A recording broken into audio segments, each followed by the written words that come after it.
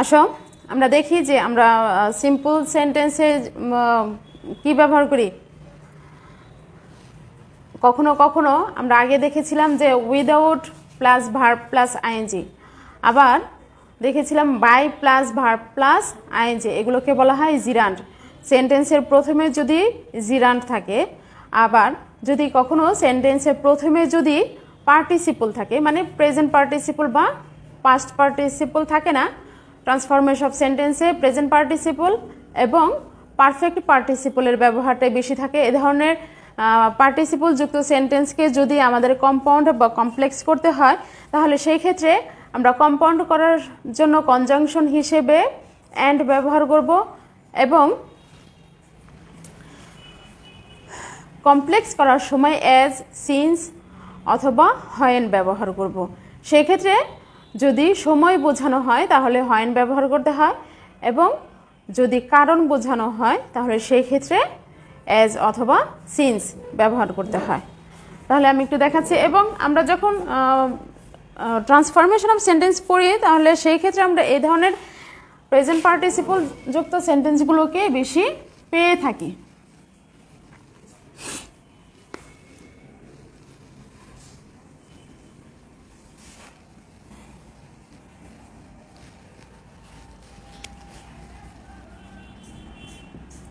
Simple সেন্টেন্সে যদি participle থাকে,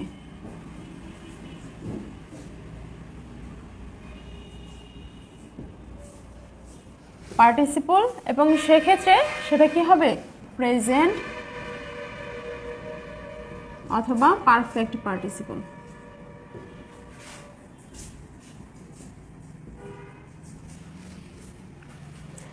সেই সেন্টেন্সটাকে আমরা যদি কম্পাউন্ড করি,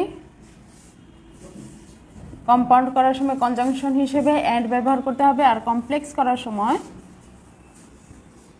আমাদের অ্যাজ, সিন্স অথবা হয়েন ব্যবহার করতে হবে। এখন কথা হচ্ছে যে পার্টিসিপল কাকে বলে। পার্টিসিপল মানে হচ্ছে V1 ভার্বের বেস ফর্ম প্লাস আইএনজি, এটাকে বলা হয় প্রেজেন্ট পার্টিসিপল।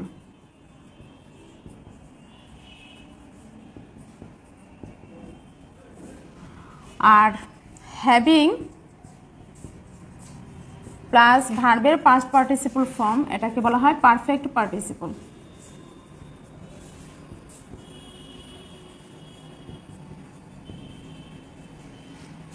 হ্যাভিংটা আবার এভাবে ভেঙে ভেঙেও দেখানো যায়, সেটা হচ্ছে হ্যাভ প্লাস আইএনজি, সেটাকে করলে হয়ে যায় কি হ্যাভিং।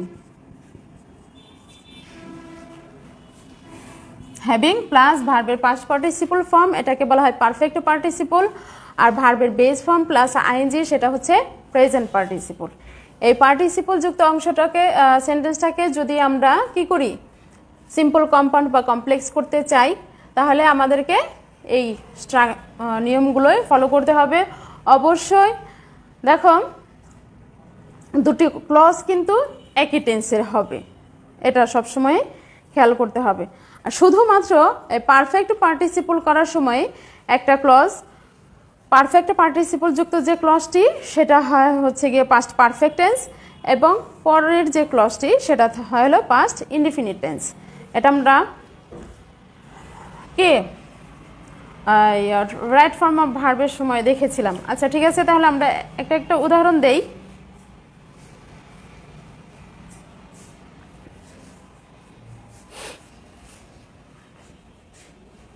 দেখো, সিং, সি এর সাথে আইএনজি যোগ করলে কি হয়ে যায়, সিং। এটা হচ্ছে present participle. Singh the thief, Singh the police, comma the thief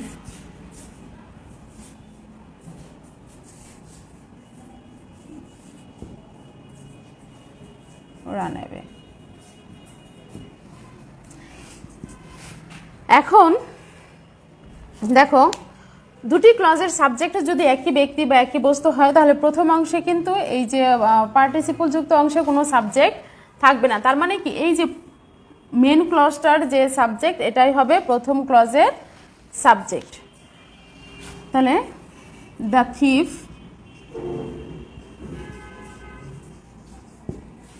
যেহেতু এটা পাস্ট টেন্স তাই প্রথম ক্লজটা কি হবে? পাস্ট টেন্স হবে।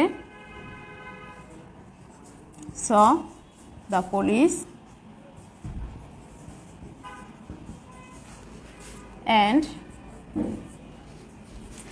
আমরা আগেই বলেছিলাম দুটি ক্লজের সাবজেক্টে যদি একই ব্যক্তি বা একই বস্তু হয় এবং সেক্ষেত্রে যদি কনজাংশন হিসেবে অ্যান্ড ব্যবহার করা হয় তাহলে পরের যে সাবজেক্ট সেটা ব্যবহার না করলেও সেন্টেন্সের কোনো ভুল হয় না। তাহলে এখানে অ্যান্ড রান অ্যাওয়ে, এটাকে যদি আমরা কমপ্লেক্স করি তাহলে অ্যাজ, সিন্স অথবা হোয়েন। এখানে কিন্তু কি ব্যবহার করতে হবে? হোয়েন ব্যবহার করতে হবে। হোয়েন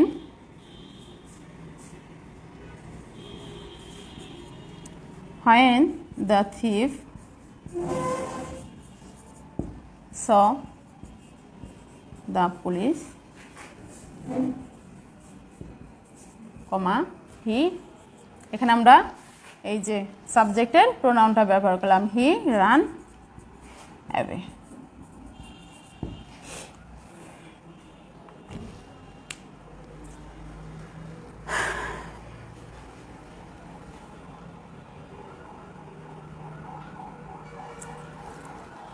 আবার আমরা যদি এখানে হোয়েন দিয়ে করলাম অ্যাজ অথবা সিন্স দিয়ে যদি করি বা কারণ যদি বোঝায় তাহলে আমরা আরেকটু উদাহরণ দেই, সেটা হচ্ছে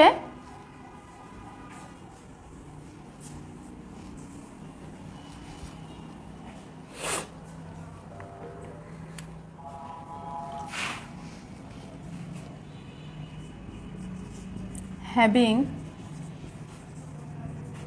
forgotten him I went out, তার কথা ভুলে গিয়ে আমি চলে গেলাম।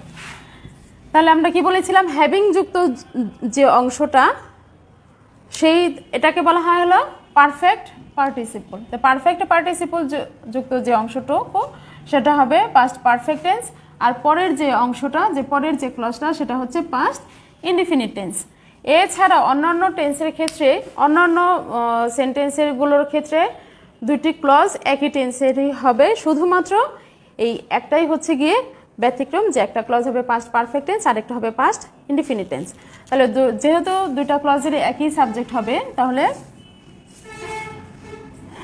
আই, এখন পারফেক্ট টেন্সের স্ট্রাকচারটা কি? সাবজেক্ট প্লাস হ্যাড প্লাস ভার্বের পাস্ট পার্টিসিপল, এই যে ফরগটেন পাস্ট পার্টিসিপল এখানে করাই আছে, forgotten him and went out. এটা হচ্ছে কি compound.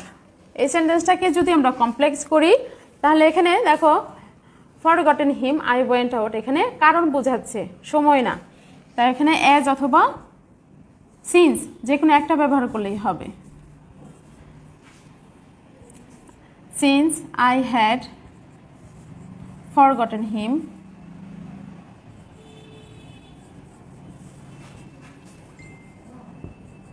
Comma I went out.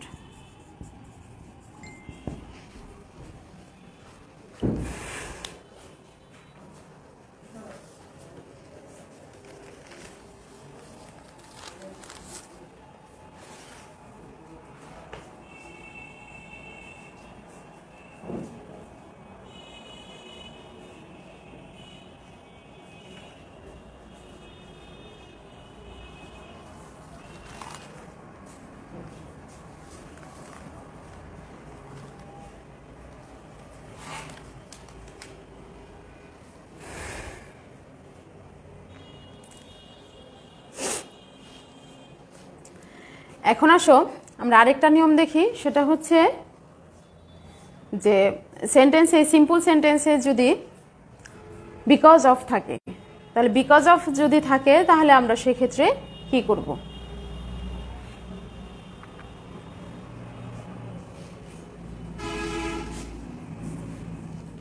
Simple সেন্টেন্সে যদি বিকজ অফ থাকে তাহলে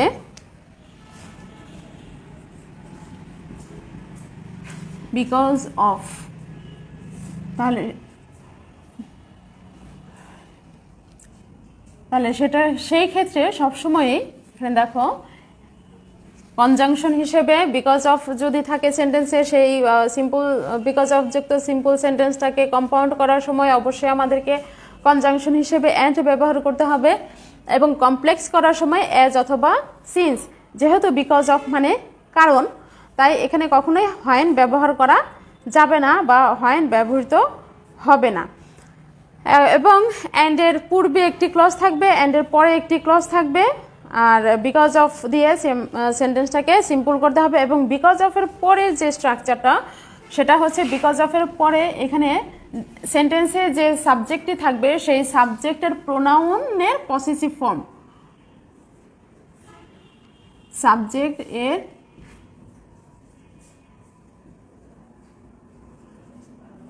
পসেসিভ ফর্ম থাকবে, প্লাস সেন্টেন্সের যে ভার্বটি সেটাকে ভার্বের বেস ফর্মের সাথে আইএনজি যোগ করে দিতে হবে। তারপরে এক্সটেনশন থাকলে হবে, পরে হচ্ছে গিয়ে কমা দিয়ে প্লাস মেইন যে ক্লজ, মেইন ক্লজটা হবে।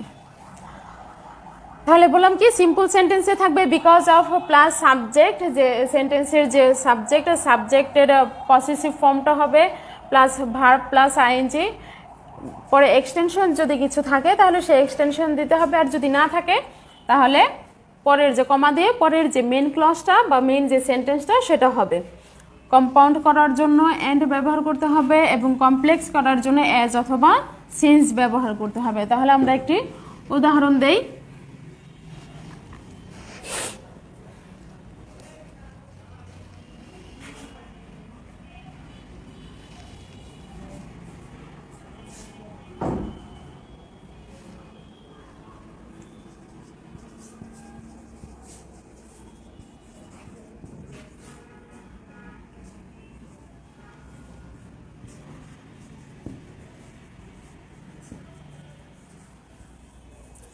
Because of his being ill,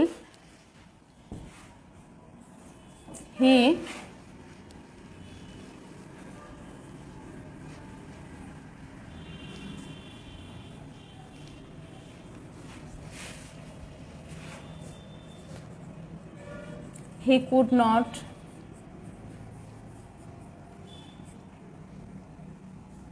attend the meeting. Because of his being ill, he could not attend the meeting. এখন আমাদেরকে এই যে সাবজেক্ট এবং যে ভার্ব সেটাকে খেয়াল করতে হবে। তাহলে এখানে সাবজেক্ট হিসেবে আসবে হি, যেহেতু এখানে কুড নট, বিং মানে কি এম ইজ আর, আগে গত দিনে আমরা বলেছিলাম am is are, was were, এই পাঁচটা ভার্বে থেকে কে যদি পার্টিসিপল করা হয় তাহলে সেক্ষেত্রে ব্যবহৃত হবে বিং। তাহলে তার মানে কি এখানে am is are was were, যেহেতু এটা পাস্ট টেন্স কুড, তাই এখানে ভার্ব হিসেবে ওয়াজ বসবে। হি ওয়াজ ইল, কনজাংশন হিসেবে and, could not attend the meeting.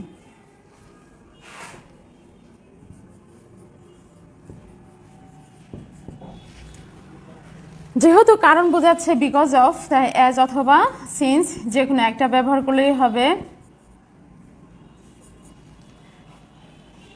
Since he was ill, comma, he could not attend the meeting.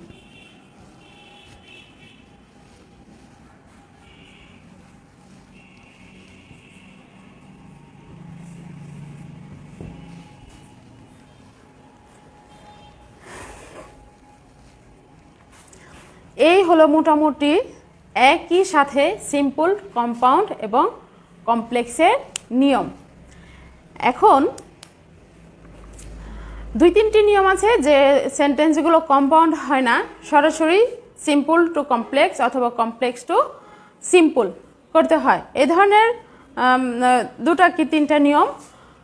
তাহলে আমি বললাম কি, এই যে আমরা গত দুদিনে সিম্পল কম্পাউন্ড কমপ্লেক্সের যে নিয়মগুলো দেখলাম, সেখানে কিন্তু একই সাথে 3টা নিয়ম করে পড়ানো হয়েছে। মানে একটা সেন্টেন্সকে সিম্পলটাকে কিভাবে কম্পাউন্ড করা যায়, আবার সেই কম্পাউন্ডটাকে কিভাবে কমপ্লেক্স করা যায়, একই সাথে 3টা নিয়ম। আর এখন আমরা যেটা দেখব সেটা হচ্ছে যে কমপ্লেক্স টু সিম্পল অথবা সিম্পল টু কমপ্লেক্স। এই ধরনের সেন্টেন্স এটাকে আবার কম্পাউন্ড করা যাবে না। এই ধরনের সেন্টেন্সে যদি থাকে তাহলে আমরা সেন্টেন্সগুলোকে কিভাবে ট্রান্সফরমেশন করব বা ট্রান্সফার করব। ঠিক আছে, তাহলে আমরা প্রথমে দেখি, মুছে ফেললাম। সেটা হচ্ছে যে আমরা দেখি কখনো কখনো ইনফিনিটিভ থাকে, পার্টিসিপল থাকে, কিন্তু এখানে আমরা পার্টিসিপল দেখলাম, কিন্তু সেই পার্টিসিপলটা ছিল কোথায়? সেই পার্টিসিপলটা ছিল সেন্টেন্সের প্রথমে। কিন্তু সেন্টেন্সের প্রথমে পার্টিসিপল না থেকে যদি সেন্টেন্সের মাঝে পার্টিসিপল থাকে বা ইনফিনিটিভ থাকে, তাহলে সেই পার্টিসিপল যুক্ত অংশকে বা সেই ইনফিনিটিভ যুক্ত অংশটাকে আমরা কিভাবে কি করব, সিম্পল থেকে কমপ্লেক্স করব, সেটা আমরা দেখি। Simple to complex.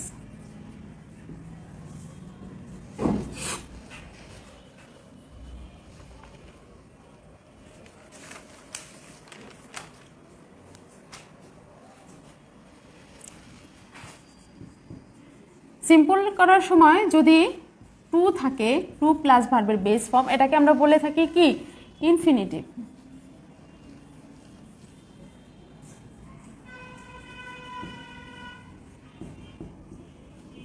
ইনফিনিটিভ, এই ইনফিনিটিভ যুক্ত সেন্টেন্স যদি থাকে, তাহলে সেই ইনফিনিটিভের জন্য আমরা কি কমপ্লেক্স করার সময় কি ব্যবহার করব? So that. আগে আমরা দেখেছি সো ডট ডট দ্যাট, কিন্তু এইখানে এই সো দ্যাটটা হবে একই সাথে। সো দ্যাট দেওয়ার পরে সেন্টেন্সের যে সাবজেক্টটা, সেই সাবজেক্টটা হবে, তারপরে হচ্ছে এখানে ক্যান অথবা কুড আসবে, প্লাসে যে ইনফিনিটিভ যুক্ত যে ভার্বটা, সেই ভার্বটা এখানে হবে, প্লাস এক্সটেনশন যদি থাকে তাহলে সে এক্সটেনশন। প্রথম সেন্টেন্সের যে সাবজেক্ট, সেই সাবজেক্ট অনুযায়ী এখানে একটি সাবজেক্ট বা প্রোনাউন যুক্ত হবে। তাহলে আমরা একটি উদাহরণ দেই।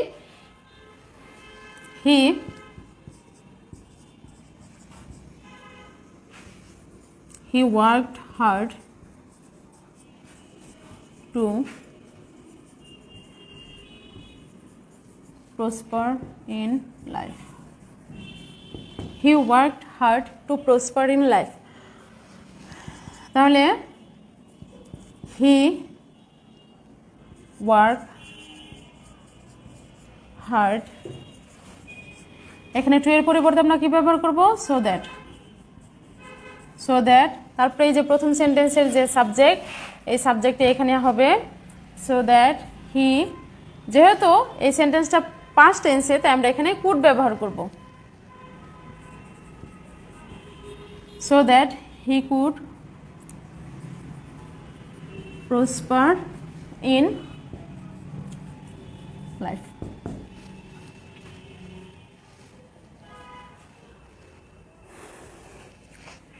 একইভাবে সিম্পল সেন্টেন্সে যদি প্রেজেন্ট পার্টিসিপল থাকে বা পার্টিসিপল থাকে, পার্টিসিপল মানে কি? ভার্বের বেস ফর্ম প্লাস আইএনজি। এই ধরনের সেন্টেন্সগুলোকে যদি আমরা কি করি? কমপ্লেক্স করি, তাহলে আমাদেরকে কি করতে হবে? হুইচ অথবা হয়েন ব্যবহার করতে হবে। মানে এটাকে বলা হয় কি? Relative pronoun.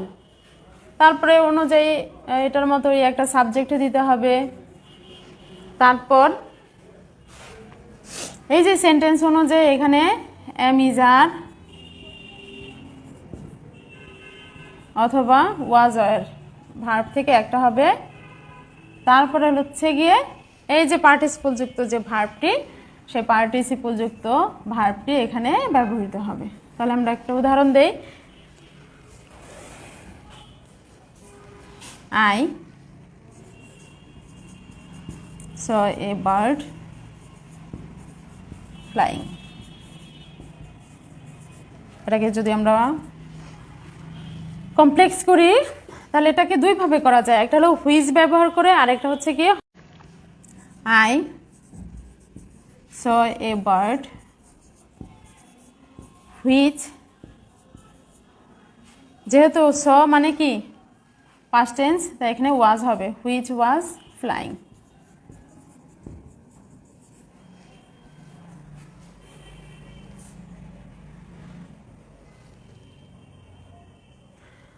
অথবা এটাকে আমরা এখান থেকে when দিয়ে করতে পারি, when it was flying। একটা ক্লজ প্রেজেন্ট ইনডেফিনিট, একটা হবে ইনডেফিনিট টেন্সে, আরেকটি ক্লজ হবে কন্টিনিউয়াস টেন্সে।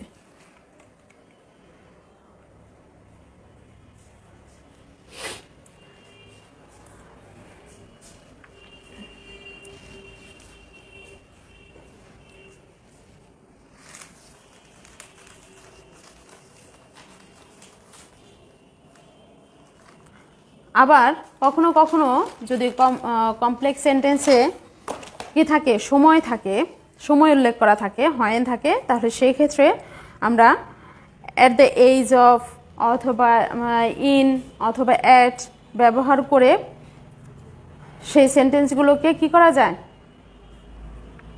সিম্পল থেকে কমপ্লেক্স থেকে সিম্পল করা যায়। তাহলে আমরা একটা উদাহরণ দেই।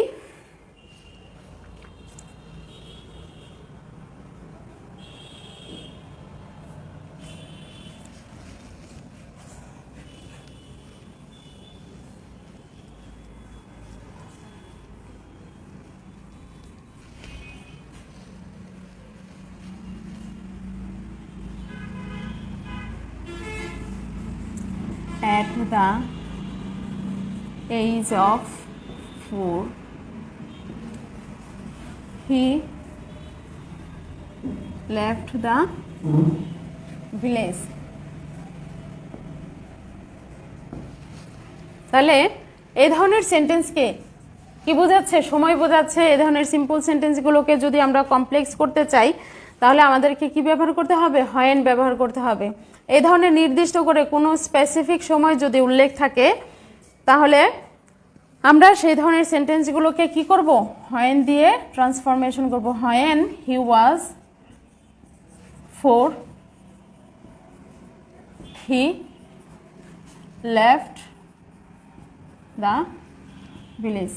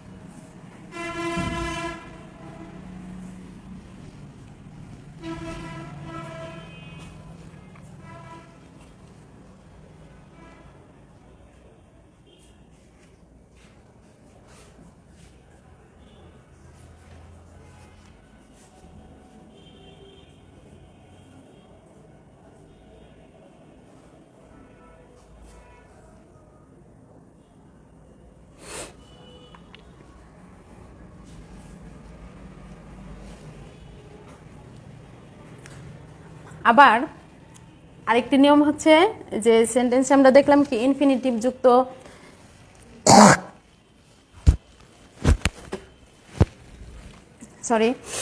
সেন্টেন্সে আমরা তখন দেখলাম যে ইনফিনিটিভ বা পার্টিসিপল যুক্ত যদি কোনো অংশ থাকে বা সময় যদি বোঝানো হয় সেই ধরনের সেন্টেন্সগুলোকে কিভাবে সিম্পল থেকে কম্পাউন্ড কমপ্লেক্স করতে হয়। আবার কখনো যদি সেন্টেন্সে অ্যাডজেক্টিভ থাকে বা কোনো কোয়ালিটি বোঝায়, তাহলে সেই ক্ষেত্রে আমরা এই ধরনের সেন্টেন্সগুলোকে কিভাবে সিম্পল থেকে কম্পাউন্ড করব আমরা একটু দেখি।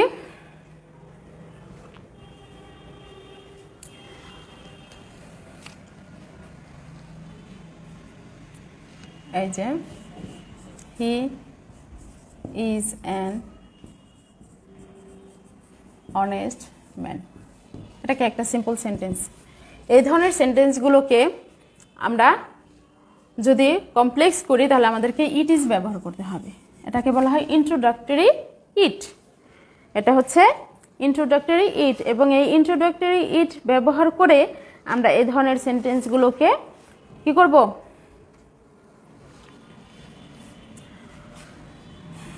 ইট ইজ সাবজেক্ট হি, এখানে relative pronoun who, is an honest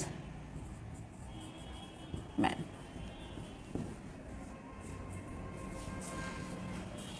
এটা হচ্ছে কি অ্যাডজেক্টিভ যুক্ত যে সেন্টেন্স সেটা।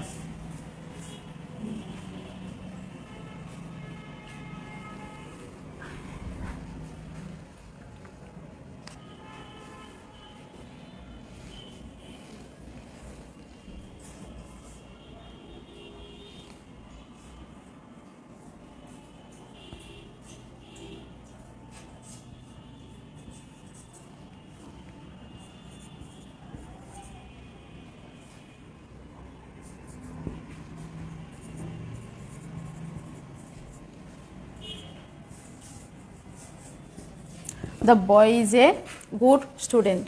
তাহলে আমরা কি করব? ইট ইজ দ্য বয় হু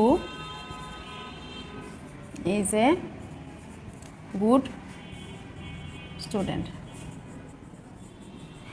মোট কথা হচ্ছে আমরা যে শেষের দিকে আমাদের ক্লাস মানে সরাসরি সিম্পল টু কমপ্লেক্স বা কমপ্লেক্স টু সিম্পল করার সময় আমরা যদি সেন্টেন্সে যদি দেখি যে অ্যাডজেক্টিভ যুক্ত নাউন বা নাউন ফ্রেজ, তারপরে হচ্ছে গিয়ে ইনফিনিটিভ, পার্টিসিপল, অথবা যদি কি বোঝায় বয়স বা সময় বোঝায়, মানে ডিউরেশন অফ টাইম বা পিরিয়ড অফ টাইম বোঝায়, তাহলে সেই ধরনের সেন্টেন্সগুলোকেই আমরা যদি কমপ্লেক্স করতে চাই অবশ্যই আমাদেরকে রিলেটিভ ক্লজ, এগুলোকে বলা হয় রিলেটিভ ক্লজ, রিলেটিভ ক্লজ ব্যবহার করে সিম্পল টু কমপ্লেক্স করতে হবে।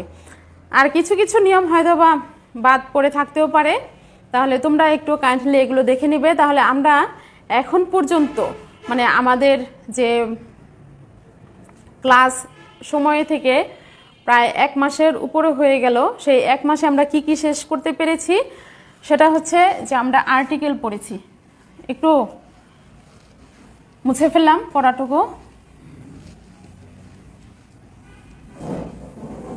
আমরা একটু মনে করে নেই যাতে আমাদের পড়তে সুবিধা হয়।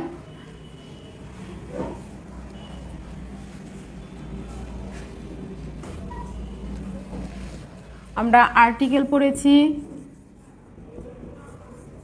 ভয়েস, আজকে শেষ করলাম ট্রান্সফরমেশন অফ সেন্টেন্স,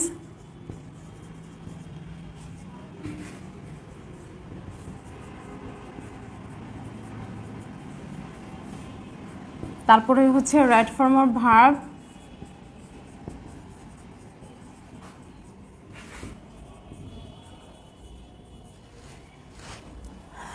তারপরে হচ্ছে গিয়ে কোশ্চেন মেকিং।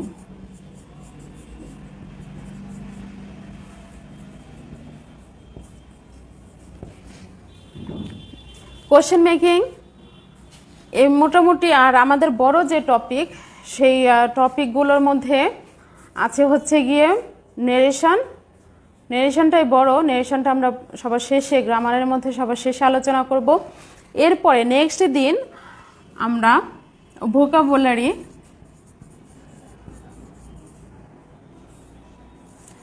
ভোকাবুলারি নিয়ে একটু আলোচনা করব, প্লাস আমরা সেন্টেন্স সেন্টেন্স অ্যানালিসিস নিয়ে আলোচনা করব। এটা হচ্ছে আমাদের নেক্সট পড়া।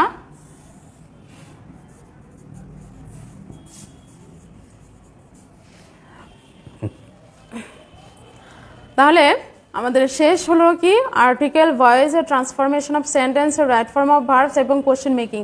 আমরা এই 5টা গ্রামার শেষ করতে পেরেছি এবং নেক্সট ক্লাসে আমরা ভোকাবুলারি এবং সেন্টেন্স অ্যানালাইসিস এই চ্যাপ্টারটা নিয়ে আলোচনা করব।